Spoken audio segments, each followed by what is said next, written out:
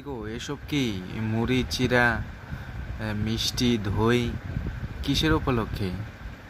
আজকে শুভ নববর্ষ না, তার জন্য আমাদের বাড়িতে সবসময় ঠাকুর পূজা দিয়ে দই মুড়ি চিড়া মিষ্টি করি আমরা বাড়ির সবাই মিলে। তো আমিও খাচ্ছি।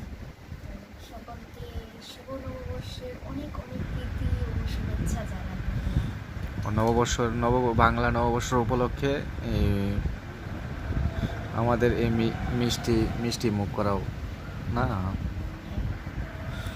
তাই ঠিক আছে, ঠিক আছে, তাহলে খাও খাও।